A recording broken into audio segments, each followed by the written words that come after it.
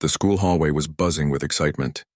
Students were gathered around the bulletin board, signing up for the annual talent show. Some were laughing, others were practicing their dance moves right there in the corridor. Everyone seemed to know exactly what they were going to perform. Lily stood at the back of the crowd, clutching a folder against her chest. Inside were sheets of music, carefully organized and slightly worn from being played over and over. She had been playing piano since she was 4 years old. Now at 17, she could play pieces that made her fingers dance across the keys like they had a mind of their own, but nobody at school really knew that about her. She finally made her way to the front and wrote her name on the sign-up sheet. Mr. Peterson, the music teacher, was sitting at a small table nearby, talking to students about their acts. When he saw Lily's name, he barely looked up from his clipboard. "Piano, right?" he asked, his tone flat and uninterested. "Yes, sir," Lily replied quietly. "Keep it simple. Nothing too complicated. We want the show to move quickly." He was already looking past her to the next student, a popular girl from the drama club who was planning an elaborate dance routine. Lily felt her stomach sink. She watched as Mr. Peterson spent several minutes with the drama girl, asking about her music choice, her costume, offering suggestions with genuine enthusiasm. When the basketball team captain came up to sign up for a comedy sketch, Mr. Peterson laughed and gave him a high five. But for Lily, there had been just those few dismissive words. "Keep it simple." She walked away from the table, feeling that familiar weight in her chest. It was the same feeling she got when teachers called on other students first, when groups were chosen for projects and she was picked last, when she ate lunch alone in the library because sitting in the cafeteria felt too overwhelming. Being invisible had become normal for her. That afternoon, Lily took the bus home to her small apartment on the east side of town. Her mother wouldn't be back until late. She worked double shifts at the community hospital, often coming home exhausted with barely enough energy to heat up dinner. They needed the money. They needed every penny they could get. The apartment was quiet when Lily walked in. She dropped her backpack by the door and went straight to the living room, where an old upright piano stood against the wall. The wood was scratched.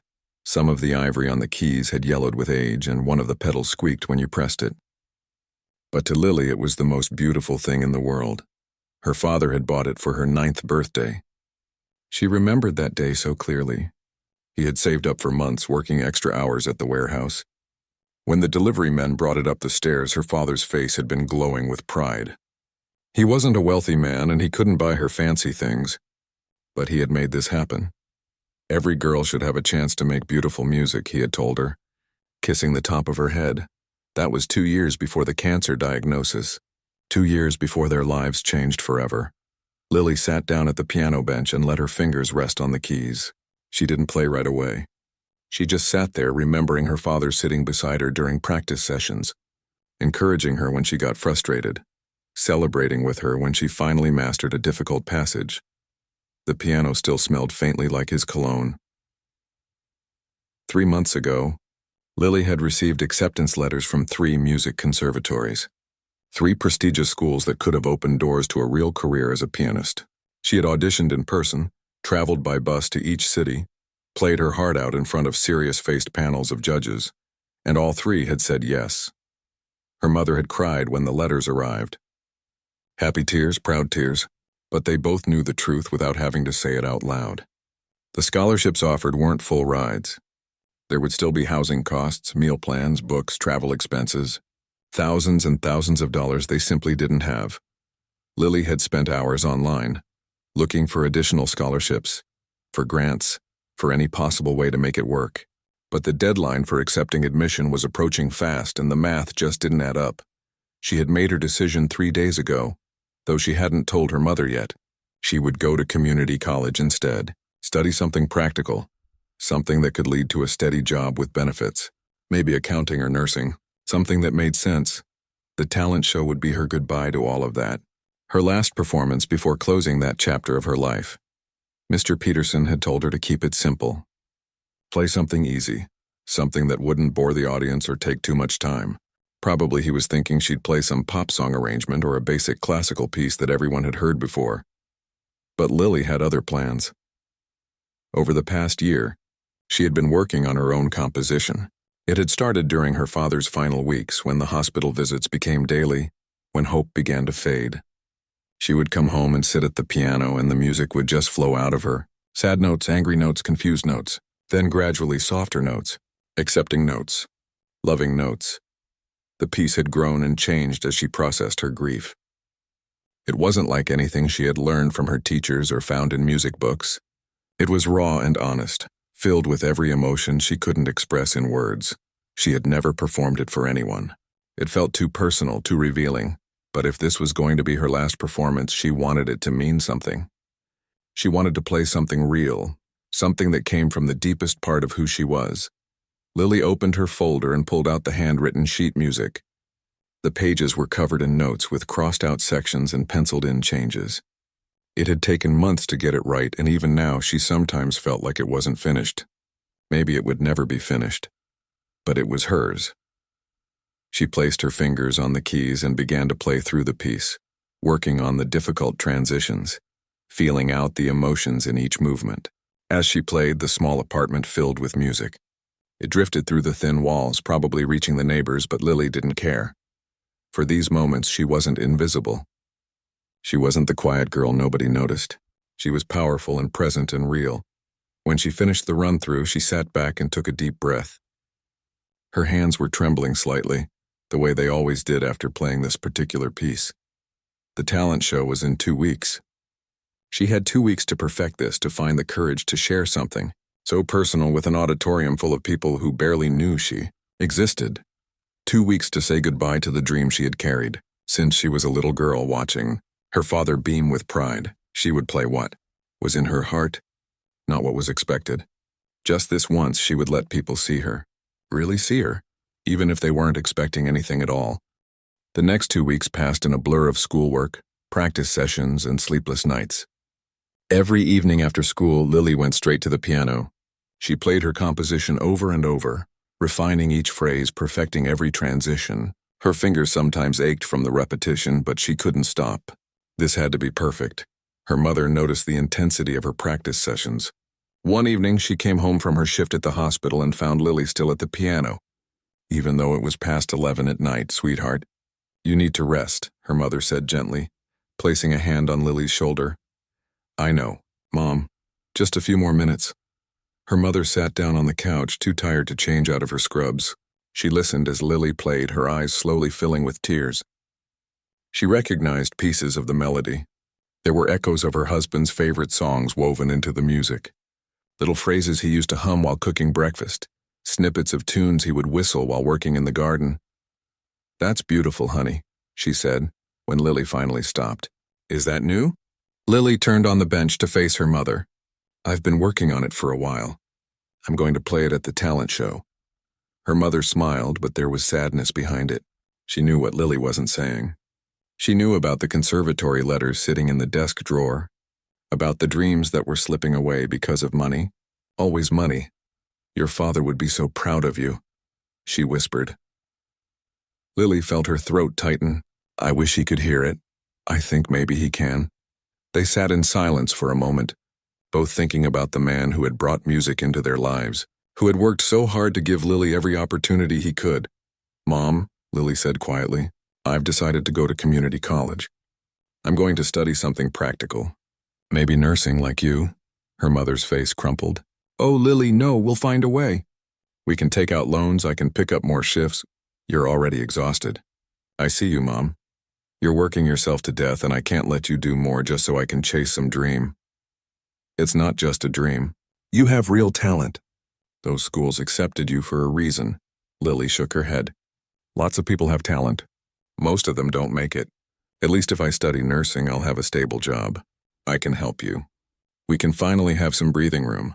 Her mother crossed the room and pulled Lily into a tight hug. You're so much like your father, she said, her voice breaking. Always putting everyone else first. But baby, he bought you that piano because he wanted you to fly, not to be practical. To fly, Lily hugged her mother back, fighting tears. I know. But sometimes we have to make hard choices. That night, lying in bed, Lily stared at the ceiling and thought about her decision. Part of her felt relieved.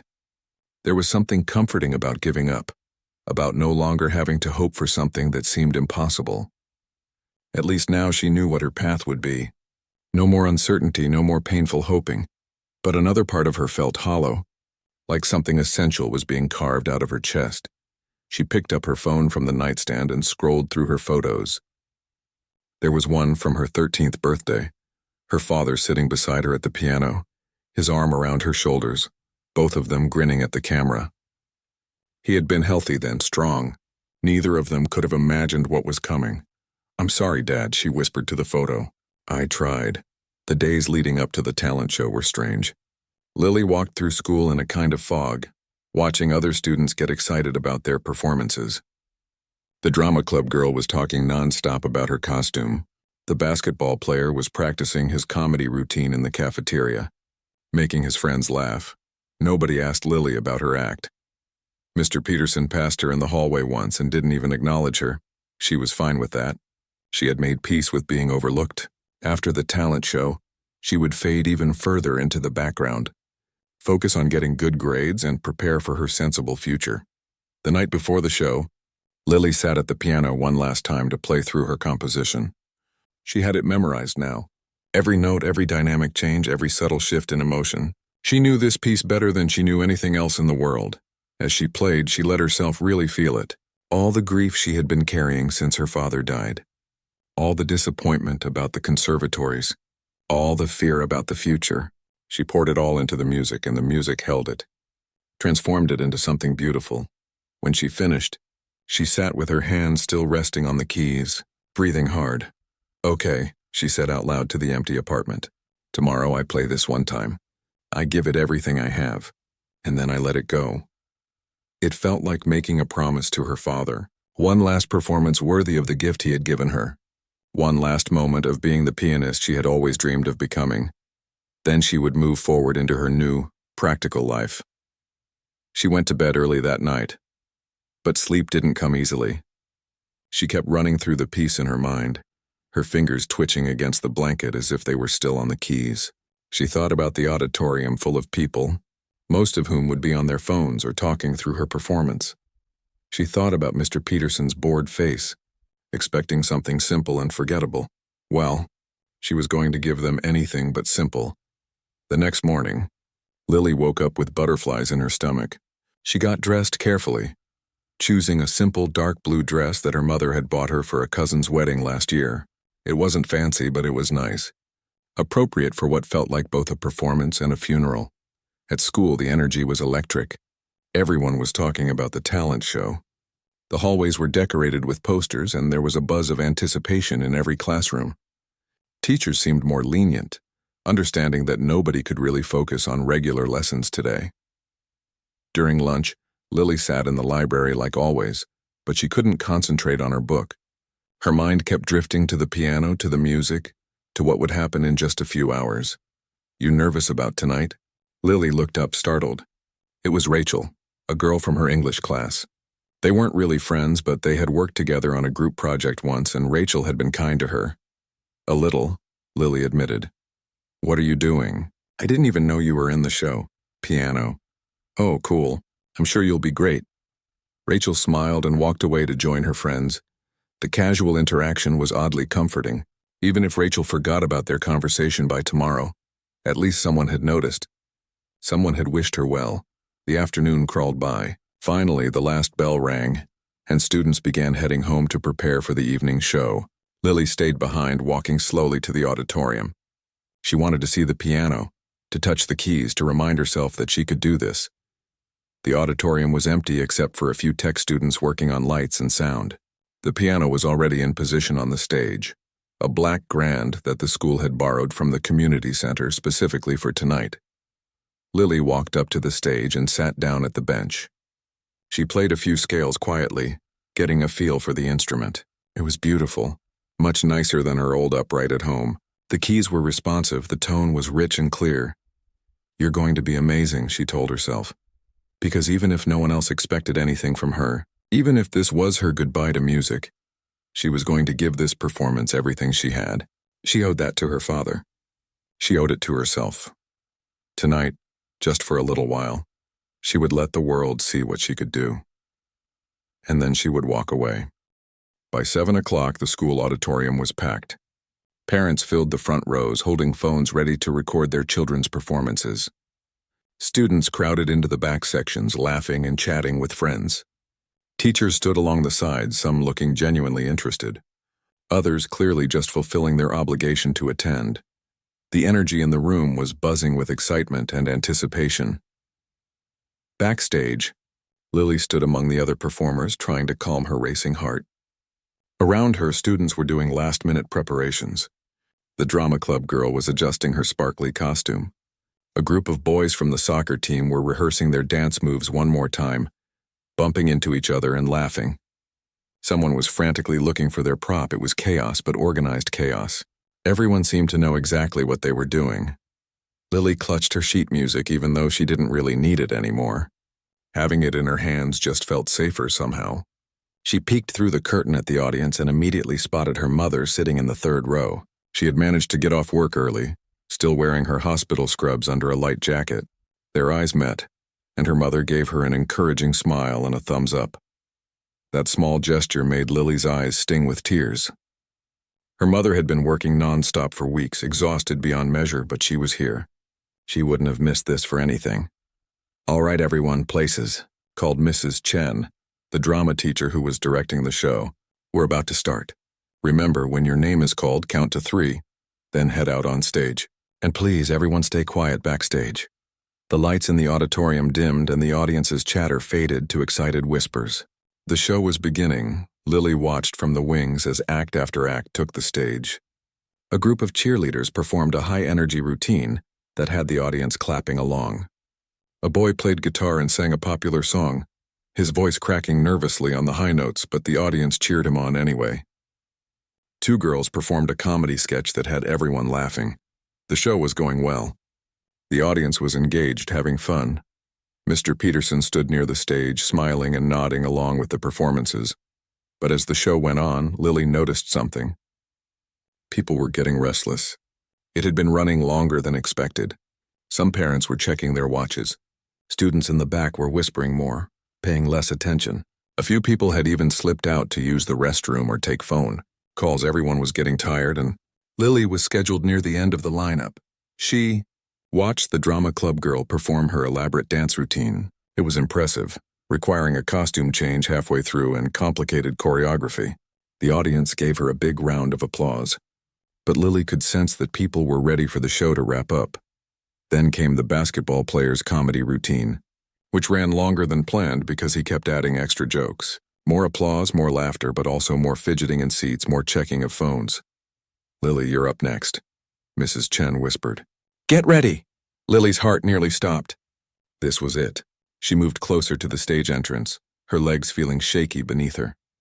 On stage, Mr. Peterson stepped up to the microphone. "Wonderful job, everyone. We have just a few more acts to go. Next up, we have Lily performing a piano piece." His voice was flat, just reading from his list. There was no enthusiasm, no special introduction. Just another name, another act to get through before they could all go home. Lily heard a few groans from the audience. Some students were clearly ready to leave. She saw people gathering their jackets and bags, preparing to slip out as soon as her performance ended. Her hands started trembling. What was she doing? These people didn't want to hear her play. They were tired, ready to go home. They wanted something quick and entertaining, not some emotional composition from a girl nobody even noticed. Maybe Mr. Peterson had been right. Maybe she should have chosen something simple, something short that wouldn't take up too much time. But it was too late now. Her name had been called. "Lily Chen, everyone," Mr. Peterson said, and there was a polite smattering of applause. Lily took a deep breath. Her legs felt like they might give out, but she forced herself to move. She walked out onto the stage, squinting against the bright stage lights. The auditorium looked huge from up here. All those faces, most of them strangers. She could see her mother in the third row, sitting up straight, her hands clasped together. That look of pure love and pride on her face, that's who she was playing for. Not for the bored students or the distracted parents or the dismissive teacher. For her mother, for her father's memory, for herself. She walked to the piano and sat down on the bench. The stage lights were hot on her face. She could hear whispered conversations continuing in the audience. Someone's phone buzzed loudly. A few students in the back were laughing about something, not even paying attention to the stage. Lily adjusted her position on the bench and placed her hands on the keys. They felt cool and smooth under her fingers. She closed her eyes for just a moment, blocking out the audience, the stage, everything. She thought about her father sitting beside her during practice, his patient voice encouraging her. She thought about all the hours she had spent at the piano, all the joy music had brought her, all the pain it had helped her process. This was her goodbye to all of that. Her last performance before walking away from the dream. She was going to make it count. In the audience, her mother leaned forward slightly, her breath caught in her chest. She knew what Lily was about to play.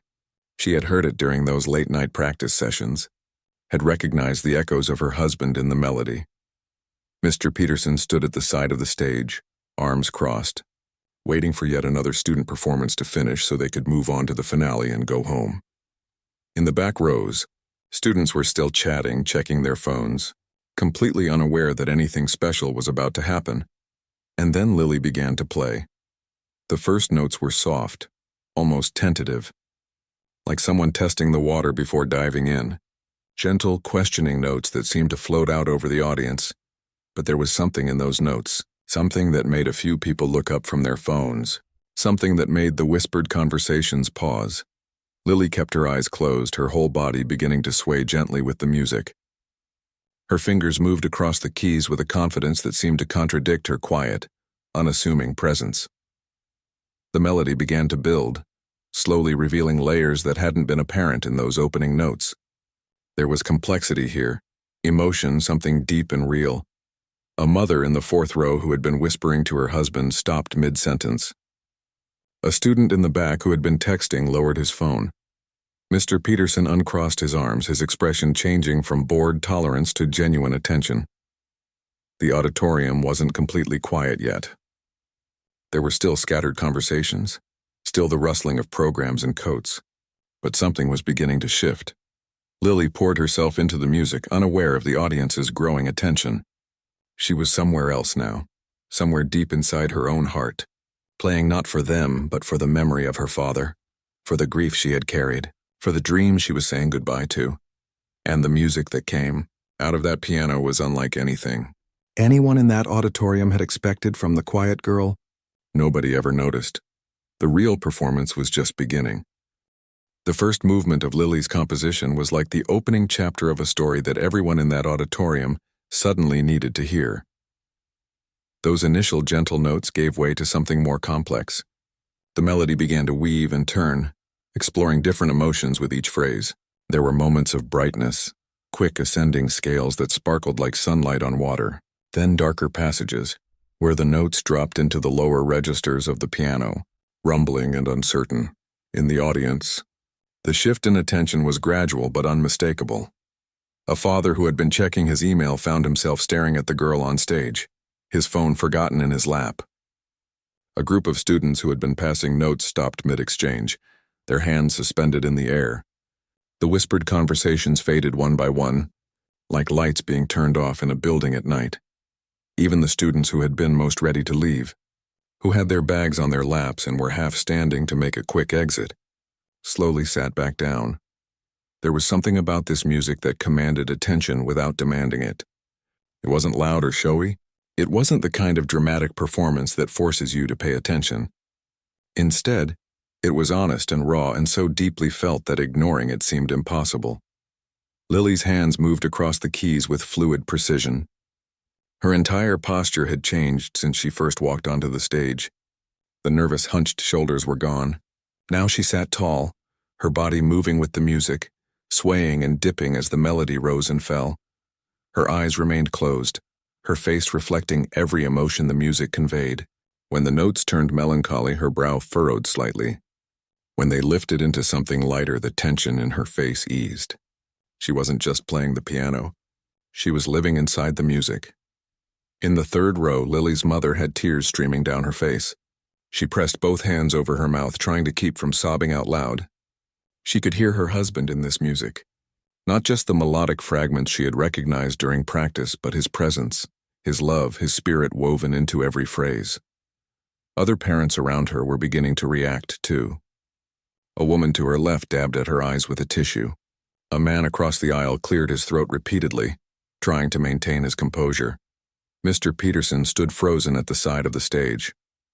His mouth was slightly open, his earlier boredom completely erased. He had taught music for 15 years.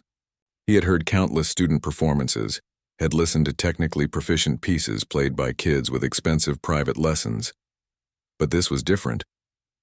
This wasn't just technical skill. This was artistry. This was a 17-year-old girl pouring her soul out through a piano, creating something that transcended notes on a page. How had he not known? How had he dismissed her so completely? The music continued to evolve, moving through passages that told a story without words. There was a section that felt like childhood, innocent and playful, with bouncing rhythms and light, dancing notes. Then it shifted into something more complicated. Minor keys creeping in, the melody becoming uncertain and searching. Some of the students who were listening found themselves connecting their own experiences to the music. A girl who had lost her grandmother last year felt tears prick her eyes. A boy whose parents were divorcing recognized something in the sad, confused passages. A student dealing with anxiety heard their own internal struggles reflected in the shifting, restless notes. Music has this power. When it's honest, when it comes from a real place, it can speak to something universal in the human experience. People don't even need to know what inspired it. They just feel it in their own way, connecting their own stories to the melody. The auditorium was now completely silent except for the piano. No whispers, no rustling programs, no buzzing phones. Even the students who had been ready to bolt for the exit doors were transfixed. More than 600 people, all focused on the quiet girl who had been invisible to most of them just minutes ago. Lily was completely unaware of the transformation happening in the audience. She was lost in her own world, in the memories and emotions that had shaped this composition. She was thinking about her father teaching her to ride a bike, his steady hand on her back. She was remembering the day he got his diagnosis, how the world had seemed to tilt and shift.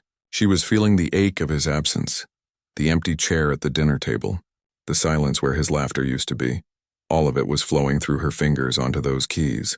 Her technique was flawless, but that wasn't what made it special.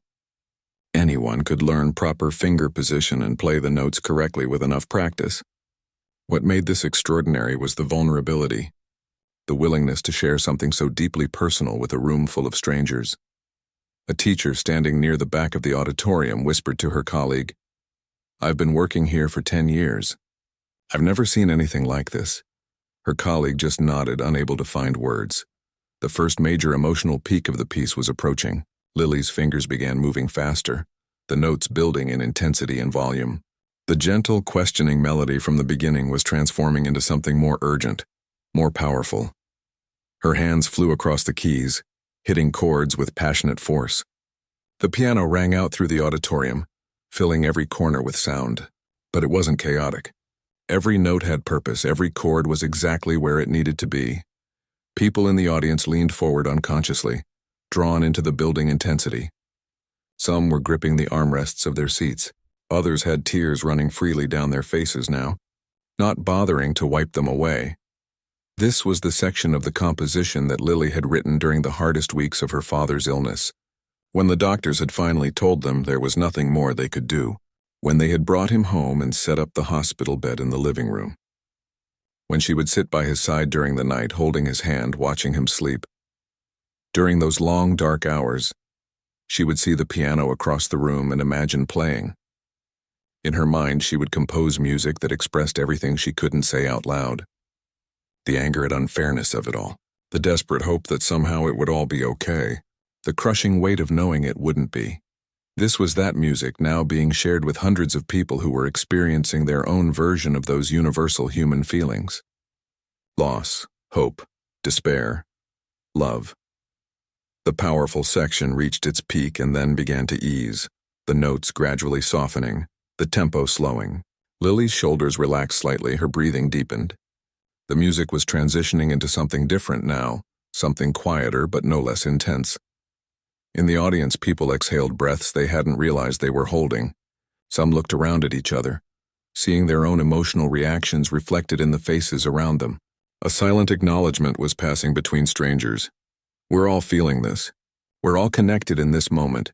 Mr. Peterson wiped his eyes quickly, hoping no one had noticed. He felt ashamed of his earlier dismissiveness, of his assumption that this girl had nothing special to offer. He had been wrong. Profoundly, completely wrong. The drama club girl, who had been so proud of her elaborate dance routine just minutes ago, watched Lily with a mixture of awe and understanding. She suddenly realized that all the costume changes and choreography in the world couldn't compete with this kind of raw, honest artistry. The basketball player who had done the comedy routine felt his eyes burning. He had made people laugh tonight, and that was great. But this girl was making people feel something deeper, something that would stay with them long after the laughter faded. And still Lily played, completely immersed in her composition, unaware that she had transformed a restless, distracted audience into a group of people hanging on every single note.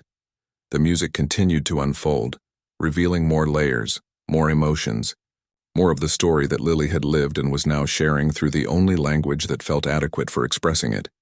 And everyone in that auditorium understood, without being told, that they were witnessing something rare and precious, a moment of pure, unfiltered human expression that comes along maybe once in a lifetime. The best part was still to come. The middle section of Lily's composition was where the real depth revealed itself. The music had moved past the initial exploration of grief and was now diving into memory, into the bittersweet territory of remembering joy while feeling loss. The tempo picked up slightly, and the melody took on a quality that was almost playful. Light, dancing notes that bounced and skipped across the keys. This was the section Lily had written while thinking about the good times, the moments of happiness that made the loss hurt even more. She thought about Saturday mornings when her father would make pancakes and let her crack the eggs. Even though she always got shells in the bowl, she thought about the way he would turn up the radio in the car and sing off-key to old songs, making her laugh until her stomach hurt. She thought about the small things, the ordinary moments that had seemed unremarkable at the time, but now felt precious beyond measure. The music captured all of that. The joy, yes, but also the ache of knowing those moments were gone forever. It was laughter mixed with tears, sunshine with shadows. In the audience, people were connecting to their own memories.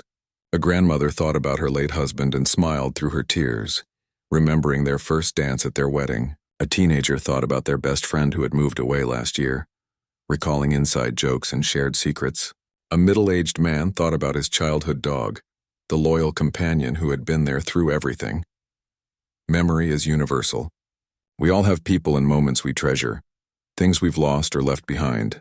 Lily's music was tapping into that shared human experience, making each person in the auditorium feel less alone in their own grief and nostalgia. The playful section transitioned into something more complex.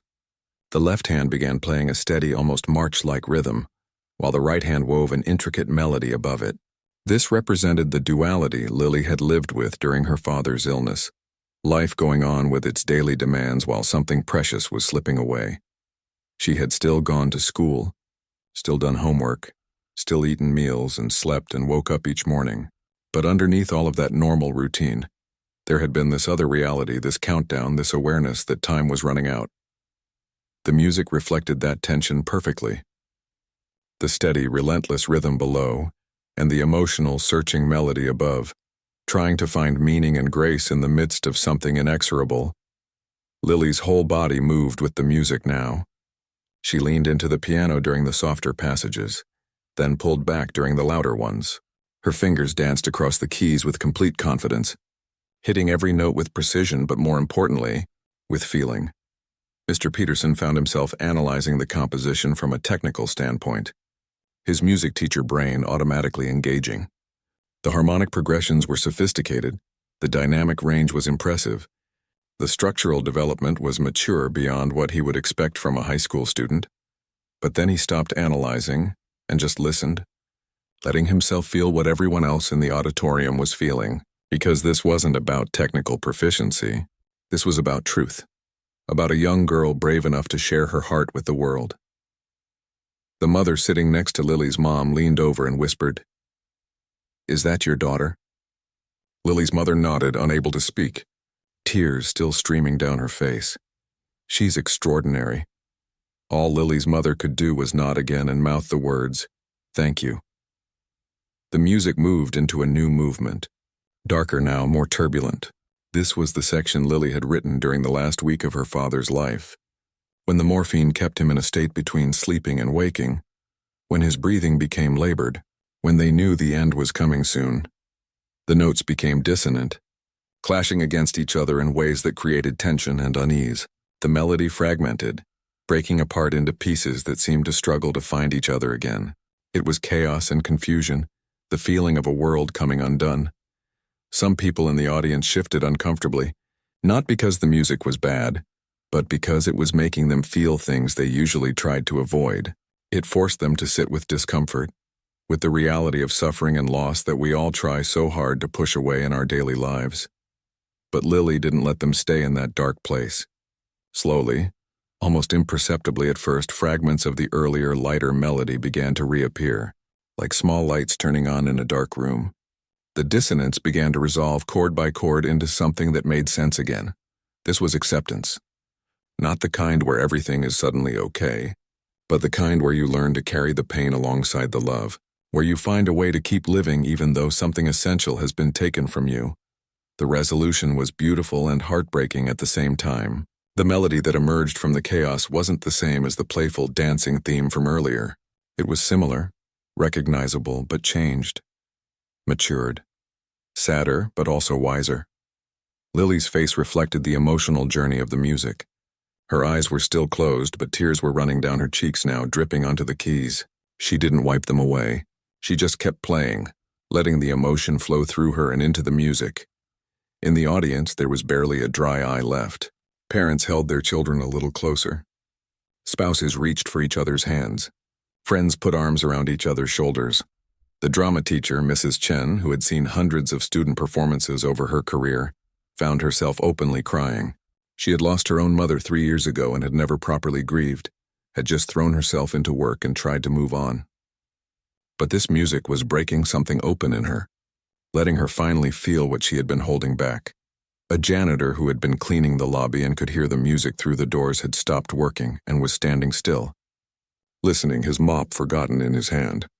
Outside the auditorium, a group of students who had left during the earlier acts heard the music drifting through the walls and stopped their conversation. One of them said, "What is that?" And they all moved closer to the doors, trying to hear better. The composition continued, taking everyone deeper into its emotional landscape. Lily was giving everything she had, holding nothing back. This was her goodbye to music, to the dream of being a professional pianist, to the life she had imagined for herself. She was pouring 17 years of love for music, 2 years of grief, and countless hours of hope and disappointment into these final minutes at the piano. And somehow, impossibly, the music was big enough to hold it all. The melody shifted again, entering a new phase that felt almost spiritual. The notes became spacious with long pauses between phrases. It was like breathing, like the space between heartbeats, like the moment between sleeping and waking. This was the section Lily had written after her father died, during those strange, quiet days when the grief was so enormous it became almost peaceful, when she would sit at the piano and play just to remember what it felt like to create something beautiful, in a world that suddenly seemed ugly and unfair. The music spoke of survival, of continuing to breathe even when you're not sure why, of finding small moments of grace in the midst of devastation, of the strength it takes just to get up in the morning and keep going. Everyone in that auditorium understood that message on some level. They had all faced their own struggles, their own losses, their own moments of wondering how to keep going. And this 17-year-old girl was showing them that the answer wasn't about being strong or positive, or moving on quickly. The answer was in allowing yourself to feel it all, to sit with the pain, to transform it into something meaningful and true. The music built again, gathering momentum for what would be the emotional climax of the piece. Lily's fingers moved faster, her body swayed more intensely, and the piano rang out with powerful resonant chords that shook the air in the auditorium. This was the culmination of everything that had come before, all the grief, all the love, all the memories, all the pain, all the beauty, converging into a single overwhelming expression of being human, and every single person in that room felt it in their bones. The emotional peak of Lily's composition hit like a wave crashing against a shore, powerful, overwhelming, and impossible to resist. Her fingers flew across the keys with an intensity that seemed almost impossible for someone so slight and quiet. The music swelled, filling every corner of the auditorium with sound that was both beautiful and almost painfully emotional. Loud, crashing chords alternated with rapid, cascading runs up and down the keyboard. This was pure feeling translated into sound. Not sadness, not joy, but something bigger than both. The raw experience of loving someone deeply and losing them, of being broken and somehow finding the strength to keep going anyway.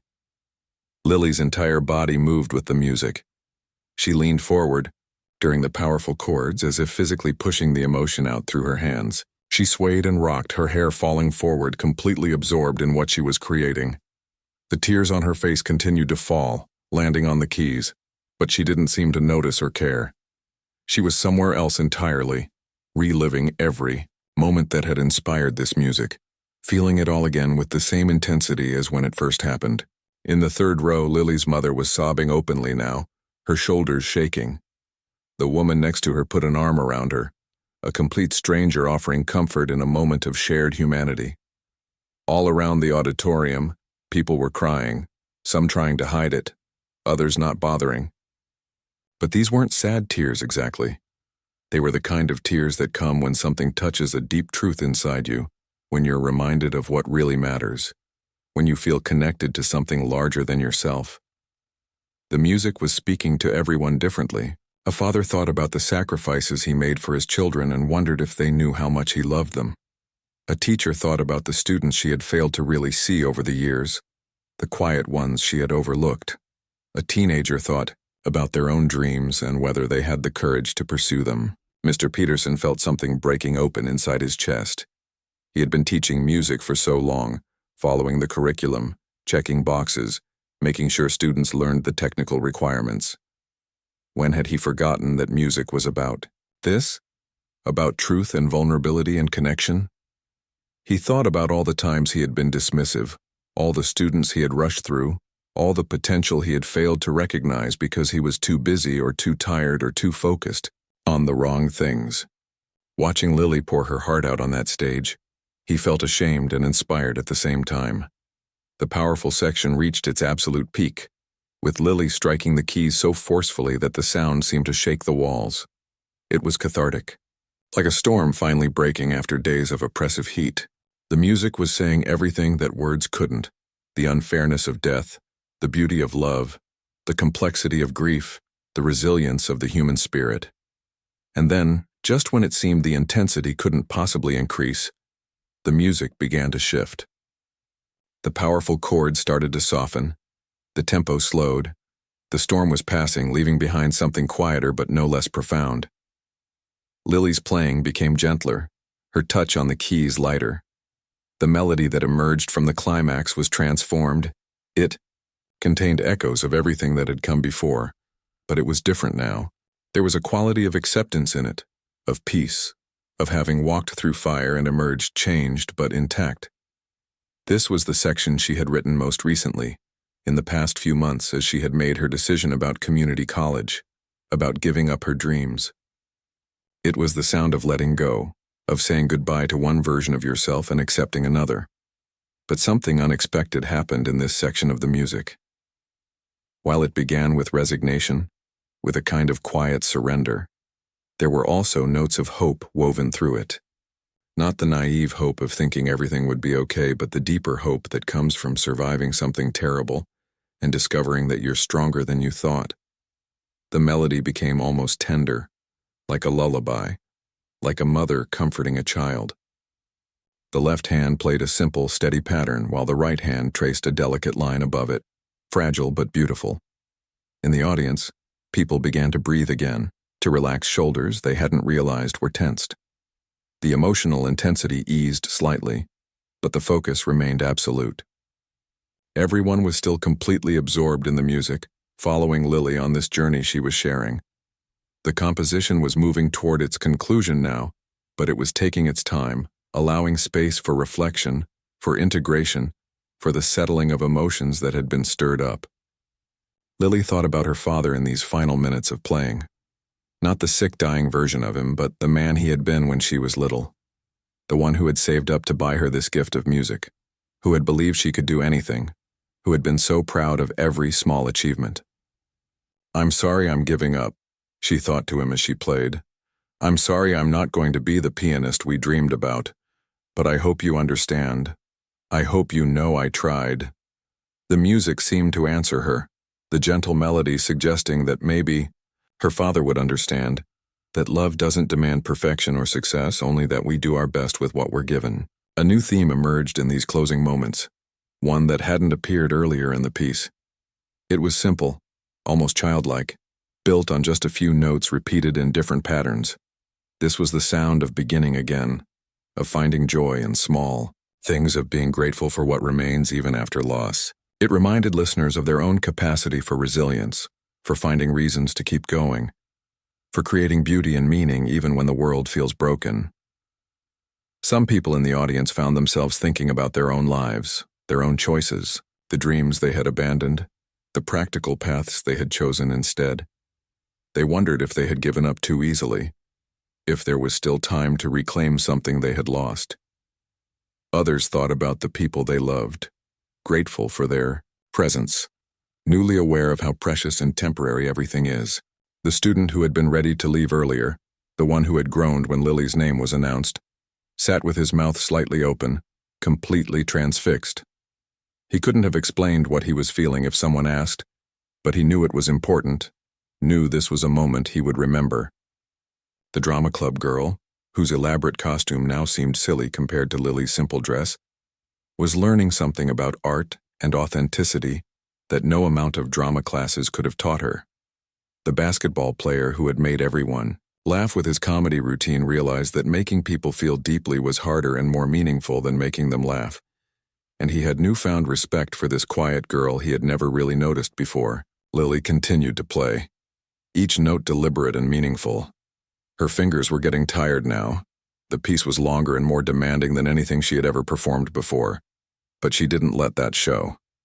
She maintained the beauty and control, seeing the composition through to its natural end. The music was describing a journey from innocence through devastation to hard-won wisdom. It was the story of growing up fast, of losing something precious, of discovering who you are in the aftermath. And everyone listening understood that they were witnessing something extraordinary. This wasn't just a talented student playing well at a school talent show. This was art in its truest form. One human being sharing their authentic experience with others, creating connection and understanding through pure expression. The emotional climax had passed, but its effects lingered in every person present. Hearts had been opened, tears had been shed, and something important had shifted in that auditorium. Now the music was guiding everyone gently toward the end, toward the resolution that would complete the journey and, in Lily's mind, close this chapter of her life forever. The most beautiful part was still ahead. The final movement of Lily's composition was different from everything that had come before. Where the earlier sections had been intense and emotional, building and releasing tension, this closing section was marked by a profound simplicity. The notes became sparse, with long pauses between phrases. Each note was given space to breathe, to resonate, to fade naturally before the next one arrived. It was minimalist and deliberate, like watching the sun slowly set, each moment precious because you know it's ending. Lily's playing had changed too. Her shoulders were relaxed now, her breathing steady and calm. The tears had stopped flowing down her face, though the tracks they left remained. She looked peaceful, like someone who had finally set down a heavy burden they'd been carrying for too long. This final section was her goodbye, not just to her father, but to the version of herself who had dreamed of concert halls and conservatories. To the little girl who had believed that talent and hard work would be enough. To the fantasy that life would somehow magically work out the way you hoped. The melody was a lullaby, gentle and soothing. It spoke of letting go, of acceptance, of peace. But it wasn't resignation or defeat. There was grace in it, a kind of quiet strength that comes from making difficult choices and learning to live with them. In the audience, people leaned forward slightly, not wanting to miss a single note. The music was so soft now that they could hear their own breathing, the slight creak of seats, the subtle sounds that usually went unnoticed in a crowded room. Everyone seemed to understand instinctively that this was sacred space. These final moments, they held their breath, waiting to hear how the story would end. Lily thought about all the goodbyes she had said in her life. Goodbye to her father when he took his last breath. Goodbye to the childhood home they'd had to leave because they couldn't afford it anymore. Goodbye to friends who had drifted away. Goodbye to the future she had imagined. And now goodbye to music as the central part of her identity. But as she played these final notes, something unexpected happened. The simple lullaby melody began to transform, almost imperceptibly at first. Little flourishes appeared, tiny moments of beauty that weren't strictly necessary but made the music richer. A grace note here, a gentle trill there, small gifts of joy tucked into the farewell. It was as if the music itself was refusing to be entirely sad, insisting that even in endings, there is beauty. Even in loss, there are moments of grace. The left hand maintained a steady, heartbeat-like pulse while the right hand traced the final version of the main melody, now fully evolved from its earlier iterations. It had traveled through so many emotions, so many transformations, and here at the end, it had arrived at something that felt complete. Not happy, not sad, but true. Lily's mother listened with her hands pressed against her heart. Tears still wet on her face, but a small smile beginning to form. She heard her daughter making peace with something, could feel the shift in the music from grief to acceptance. It gave her hope even as it broke her heart. Mr. Peterson stood motionless, his eyes fixed on Lily. He was making mental notes to himself, promises he was already forming about how he would teach differently, pay attention differently, value things differently. This girl had taught him something essential about what truly matters in music and in teaching. The composition was approaching its final measures now. The notes grew even softer, even more spaced out. Lily's touch on the keys became feather-light, barely pressing them down, coaxing the gentlest possible sound from the instrument. It felt like the music was fading away, like a voice growing distant, like someone walking away down a long hallway until they disappear from sight. The simple, repeated pattern in the left hand began to slow down, like a clock winding down, like a heartbeat easing toward rest. And then came the final phrase. Just 5 notes played one at a time, each given its own moment to exist fully before the next one arrived. The first note hung in the air, pure and clear. The second note followed, a gentle resolution. The third note, tender and questioning. The fourth note, an answer, and then the fifth and final note. Lily pressed the key softly and the note sang out into the silent auditorium. She held the key down, sustaining the note, letting it ring and fade naturally. She kept her foot on the sustain pedal, allowing the sound to linger as long as possible. The note gradually faded, growing quieter and quieter, until it crossed that threshold where sound becomes the memory of sound, and then even the memory dissolved into silence. Lily kept her hands on the keys, her eyes still closed, sitting perfectly still. She wasn't quite ready to return to the world yet. She needed this moment, this space between the music and whatever came next. In the auditorium, nobody moved. Nobody coughed or shifted in their seat or checked their phone. The silence was complete and profound. It wasn't the uncomfortable silence of people waiting for something to happen. It was the reverent silence of people who have experienced something sacred and are afraid to break the spell. The silence of knowing that words would diminish what they had just felt. 5 seconds passed. 10 seconds. 15. Lily remained motionless at the piano, her chest rising and falling with slow, deep breaths. Her hand still rested on the keys, as if she was reluctant to break the physical connection with the instrument. She had done it. She had played her composition, had shared her heart with hundreds of people, had said her goodbye to the dream. It was finished. More than 600 people sat in absolute silence, united in this moment of witnessing, of having been present for something extraordinary. A tear rolled down the cheek of a woman in the back row. A man in the middle section swallowed hard, trying to maintain his composure. A teenager stared at the stage with wide eyes, feeling things they didn't have words for. Lily's mother looked at her daughter sitting there on the stage, so small and brave, and felt a wave of love so intense it was almost painful. Her child, her baby who had grown up so fast, who had suffered so much, who had just created something so beautiful it made the heart ache. Still, the silence held. 20 seconds. 25. It was as if everyone understood that applause would break something precious. that the moment needed to be honored with stillness before it could be released. Lily finally opened her eyes. She slowly lifted her hands from the keys and placed them in her lap. She looked out at the audience for the first time since she had started playing, and seemed surprised to see them all still there, all focused on her. She saw her mother in the third row, saw the tears and the pride and the love on her face, and something inside her cracked open just a little bit more. She saw Mr. Peterson at the side of the stage, his expression completely transformed from the bored disinterest he had shown earlier.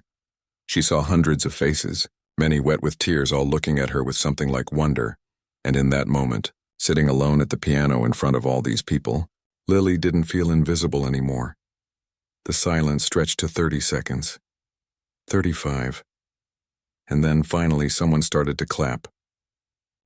The first person to start clapping was a man in the back row, a father who had come to watch his son perform in the comedy sketch.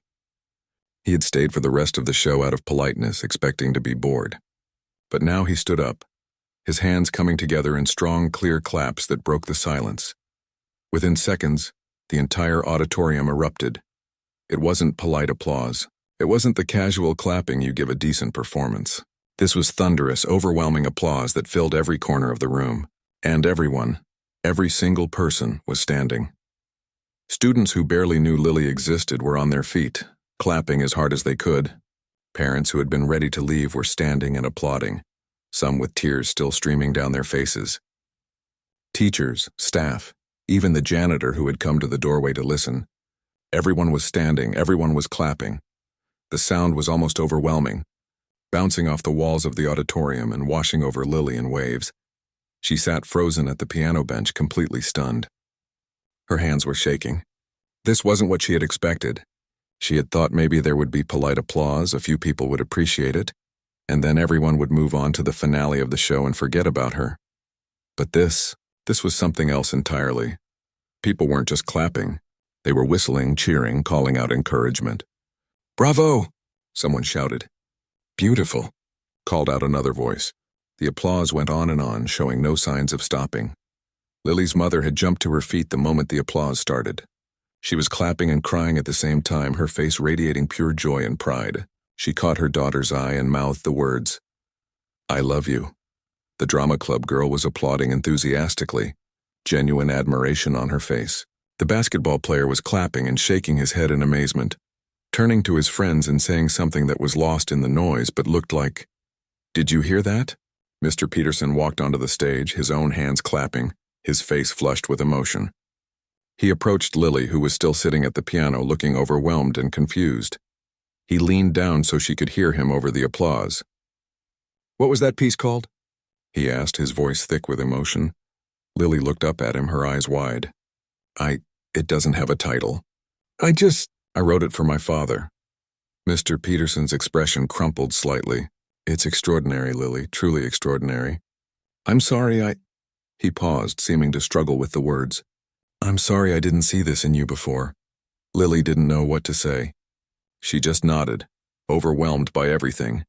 The applause that was still going strong, Mr. Peterson's apology, the emotional intensity of the performance itself. The auditorium continued to thunder with applause.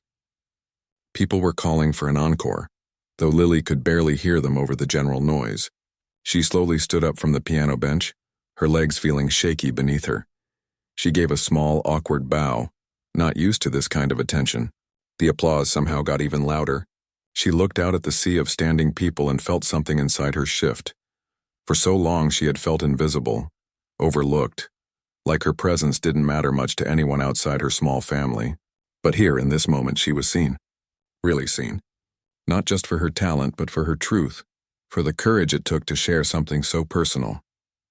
As the applause continued, something else began to happen.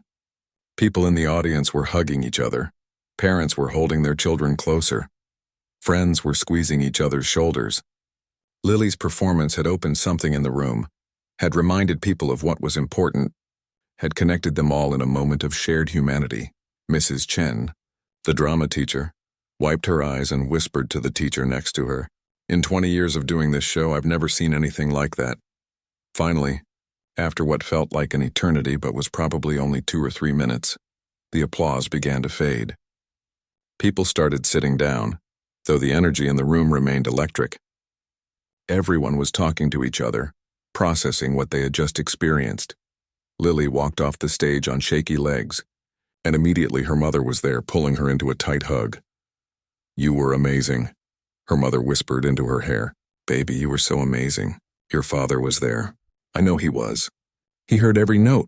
Lily hugged her mother back, letting herself cry now that she was off the stage, letting out all the emotion that the performance had stirred up.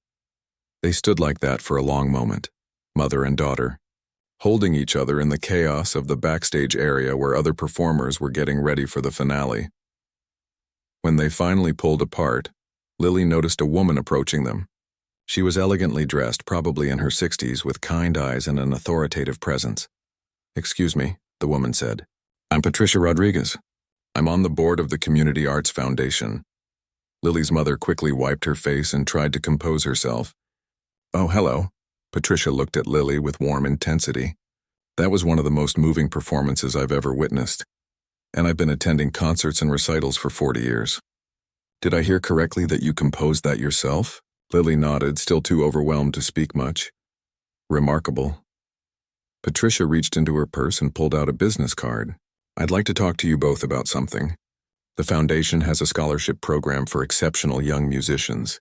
Full scholarship, including room and board, to any accredited music school." Lily's mother gasped. "Are you serious?" "Completely serious. I've been authorized to offer these scholarships when I encounter truly exceptional talent. And my dear, what you just did qualifies." Patricia looked at Lily with genuine admiration. "You have something special.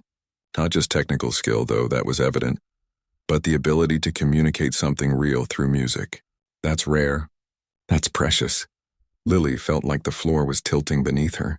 I don't understand." You were sharing your heart," Patricia said gently. "And that's exactly what the best musicians do. It would be a tragedy if financial circumstances prevented you from developing this gift." Lily's mother started crying again, but these were different tears. Happy tears. Relieved tears. Hope tears. "I'll need you to contact me this week," Patricia continued, handing the business card to Lily's mother. "We'll need some paperwork, transcripts, letters of recommendation. But I can tell you right now, if you want this opportunity, it's yours." After Patricia walked away, Lily and her mother just stood there, stunned. The chaos of the talent show continued around them. The finale was starting on stage. Students were singing the final number, but they were in their own bubble, processing what had just happened. "Did that really just happen?" Lily whispered. Her mother laughed and cried at the same time, pulling Lily into another hug. "Yes, baby. Yes, it did." Over the next hour, as the talent show concluded and people began filing out of the auditorium, Lily was approached by more people than had spoken to her in the entire previous year. Students she barely knew came up to tell her how much her performance had moved them. Teachers stopped to congratulate her. Parents thanked her for creating such a beautiful experience. Mr. Peterson found her again before she left. "Lily, I want you to know that I learned something important tonight. About not underestimating people. About really listening. About what matters in music." He looked genuinely humble. "You've taught me to be a better teacher. Thank you for that." The drama club girl whose name Lily learned was Sophie came up with tears in her eyes. "That was the most beautiful thing I've ever heard. I was so proud of my dance routine, but what you did? That was art. Real art." Even the basketball player, whose name was Chris, stopped her on the way out. "Hey, I just wanted to say, that was incredible. Like, I don't even have the words, but it made me think about stuff, you know? Important stuff. So thank you." As Lily and her mother finally walked to their car in the parking lot, both of them emotionally exhausted but somehow lighter than they had been in months, Lily's mother said, "You know what your father would say right now?" Lily smiled, knowing. He'd say, "I told you so. I told you that you could do anything." Yes, he would. Her mother unlocked the car, but before they got in, she turned to Lily. "Are you going to take the scholarship? Do you want to pursue music?" Lily thought about it. A few hours ago, she had been certain that tonight was her goodbye to that dream. She had made peace with choosing the practical path, with being responsible and sensible, but something had shifted. Not because of the applause or the scholarship offer, though those were wonderful. It had shifted because of the experience itself. The feeling of sharing something true, of connecting with people through music, of honoring her father's memory and her own gift in that way. Music wasn't just something she could do. It was part of who she was. Giving it up wouldn't make her responsible. It would make her less herself. Yes, she said quietly. Then with more conviction, yes, I want to pursue music. I want to see where this gift can take me. Her mother smiled, that beautiful, proud smile that lit up her whole face despite the exhaustion. Good, that's the right choice. And we'll figure out the rest together, okay? You don't have to carry everything alone. They got in the car and drove home through the dark streets, both of them quiet, processing everything that had happened.